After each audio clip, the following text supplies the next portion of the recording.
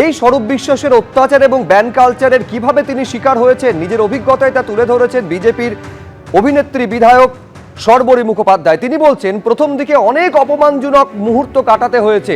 2021-এর পর থেকে 5 বছরে একটা দিনের জন্য কাজ করতে পারিনি, একদিনও স্টুডিওতে ঢুকতে দেয়নি। শুনুন কি বলেছেন। প্রথম দিকে অনেক অপমানজনক মুহূর্ত কাটিয়েছি। আঙুল দেখিয়ে বলা হতো ওই দেখ বিজেপি করে, ওই দেখ বিজেপি করে, মানে মনে হতো যেন কোনো অচ্ছুত সম্পর্কে কথা বলছে। এগুলো দেখতাম। কারা বলতো এটা? নানান লোকজন। 2021-এর পর থেকে 5টা বছর একদিনের জন্যে কাজ করতে পারিনি, একদিনের জন্য স্টুডিওতে ঢুকতে পারিনি। এবং অবাক হয়ে যাবেন শুনলে যে আমি একজন এতদিনের একজন আর্টিস্ট, আমি এখনও ওটিটিতে কোনো দিন কাজ করিনি, কারণ কাজ করতে দেয়া হয়নি, একদম লিটারেলি দেয়া হয়নি। পরিচিত প্রযোজক পরিচালক যারা চোখের সামনে, যারা আমারই সঙ্গে তাদের বয়স বেড়েছে, কাজ বেড়েছে, তারা এমন আচরণ করতো, বলতে পারতো না যে কি কারণ, কেন কাজ করি না, কি কারণ। তো এটা বুঝতে পারতাম যে অদৃশ্য কোনো হাত কাজ করছে। পার্ট অফ দ্য প্রফেশন ছিল, ধরুন পুজোয় ফিতে কাটা বা কোনো জায়গায় ওপেনিং করতে, প্রমোশনালস, এগুলো তো ছিলই, সেগুলোও করতে দেয়া হতো না। এবং সেগুলোর জন্য যদি কথাবার্তা হয়ে গেল, সব কথাবার্তা হয়ে গেল, তারপরে একটা অদৃশ্য ফোন এলো রাত্রিবেলা, একটা ছলো ছলো গলায়, যে দিদি আসলে এটা হচ্ছে না, মানে হচ্ছে না, না আমায় নিচ্ছিস না বল। তো তারা তখন মাথা নিচু করে, না দিদি আসলে ঠিক আছে চল, বুঝতে পেরেছি। বিশ্বাস ব্রাদার্সের সুরুচি সঙ্গে অনৈতিক কারবারে আখড়া। 21 কাঠা জমি জবরদখল করেছে সুরুচি সংঘ। নিউ আলিপুর থানায় এসে অভিযোগ জানালো এলআইসি। সুরুচি ক্লাবে পড়লো পোস্টার, যাতে লেখা রয়েছে বিশ্বাসে অরুচি তাই বন্ধ হলো সুরুচি, নিয়ম মেনে হবে পুজো, বিশ্বাসরা হবে সোজা, ভিআইপি কালচার নিপাত যাক, সুরুচি নিউ আলিপুর অধিবাসীদের থাক। ক্লাব থেকে উদ্ধার হয়েছে একাধিক ত্রাণ সামগ্রী, ত্রিপল। অরূপ স্বরূপের বিরুদ্ধে নিউ আলিপুরে জনরোষ। দফায় দফায় আপনাদের দেখিয়েছি কিভাবে সেই জনরোষ আছড়ে পড়েছিল। গতকাল সুরুচি সংঘের তালা ভাঙতেই বেরিয়ে আসে ভোটার লিস্ট। ক্লাবের ঘরে সেই ভোটার লিস্ট ছিল, এমনকি সেই সুসজ্জিত বেডরুম সামনে এসেছে। যখন এই ক্লাব ঘর তালা ভেঙে বিক্ষোভকারীরা ভেতরে ঢুকে পড়েন তখন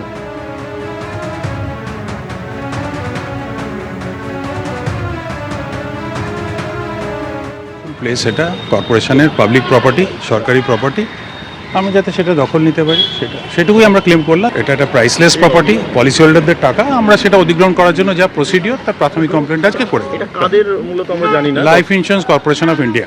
আমাদের এন্ট্রি ছিল না এসব জায়গাতে, আমাদের অ্যাক্সেস ছিল না, অতটা অ্যাডমিনিস্ট্রেটিভ সাপোর্ট হয়তো আমরা পেতাম না, কিন্তু এবার আমরা প্রচন্ড আশাবাদী, we are going to get back hour position.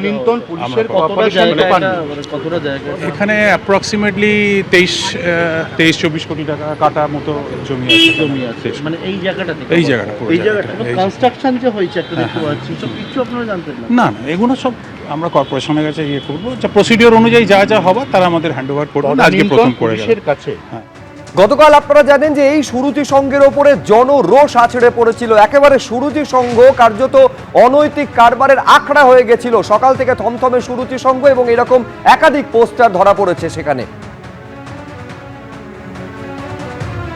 এই সুরুচি সংঘ স্থানীয়রা বলছেন যে বিশ্বাস ব্রাদার্সের একেবারে কাজ জায়গা ছিল, সেই সুরুচি সংঘে গতকালকে পরিস্থিতি দেখেছিল একেবারে জনরোষ আছড়ে পড়ে।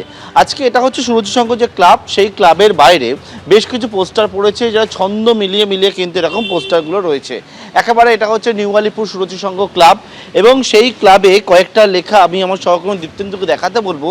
এখানে কিন্তু এইরকম 3 ধরনের পোস্টার সেটা কিন্তু পড়েছে, যেখানে হচ্ছে একেবারে শুরুতেই রয়েছে সেটা হচ্ছে ভিআইপি কালচার নিপাত যাক, সুরুচি নিউ আলিপুর অধিবাসীদের থাক, এবং তার পরেরটা লেখা রয়েছে বিশ্বাসে অরুচি তাই বন্ধ হলো সুরুচি, এবং তার পরেরটা লেখা রয়েছে একেবারে নিয়ম মেনে হবে পূজা, বিশ্বাসটা হবে সোজা।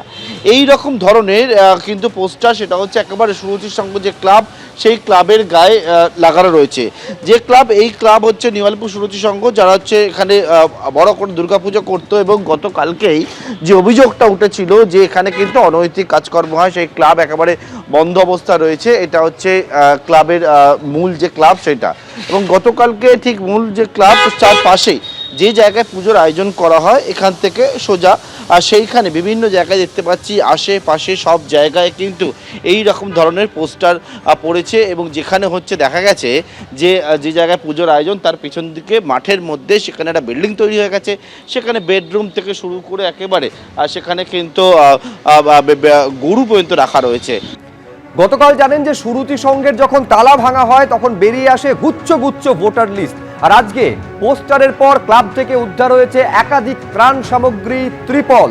ক্লাবের চারদিক চত্বর সেই বড় ত্রিপল দিয়ে ঘিরে রাখা হয়েছে। নিউ আলিপুর সুরুচি সংঘ, যে সুরুচি সংঘে একেবারে দেখতে পাওয়া গেছে যে শুক্রবার দিন জনরোষ আছড়ে পড়ে, এই হচ্ছে সেই জায়গা এবং রাস্তার মধ্যে পুলিশ প্রোটেকশন ইতিমধ্যে রাখা অবস্থায় রয়েছে, গেট বন্ধ অবস্থায় রয়েছে।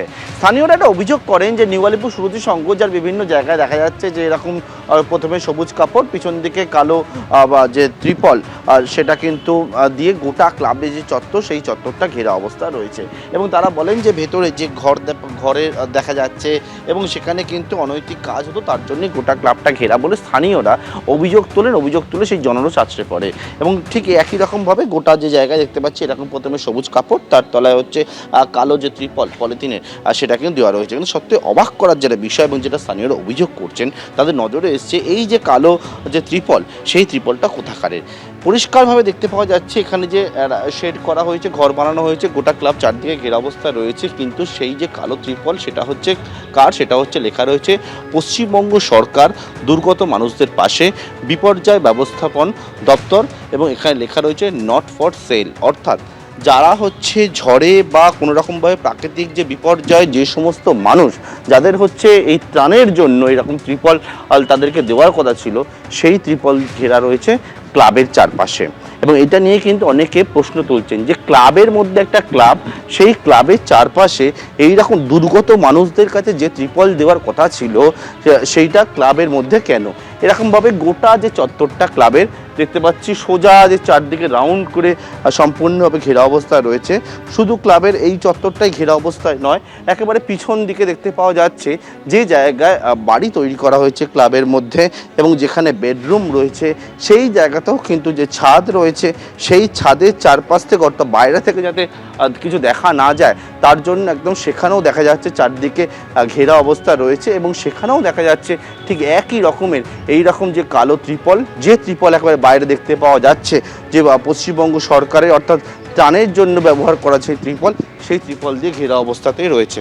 সুতরাং যে সরকারের দেওয়া এরকমভাবে ত্রিপল, সরকারি ত্রিপল দিয়ে একটা ক্লাব কেন ঘেরা হলো, কিভাবে এগুলো এখানে এলো, সেটা নিয়ে কিন্তু প্রশ্ন উঠছে এবং স্থানীয়রা সেই প্রশ্নই তুলছেন। ক্যামেরায় দীপ্তেন্দু চক্রবর্তীর সঙ্গে পার্থপ্রতিম ঘোষ, এবিপি আনন্দ, কলকাতা।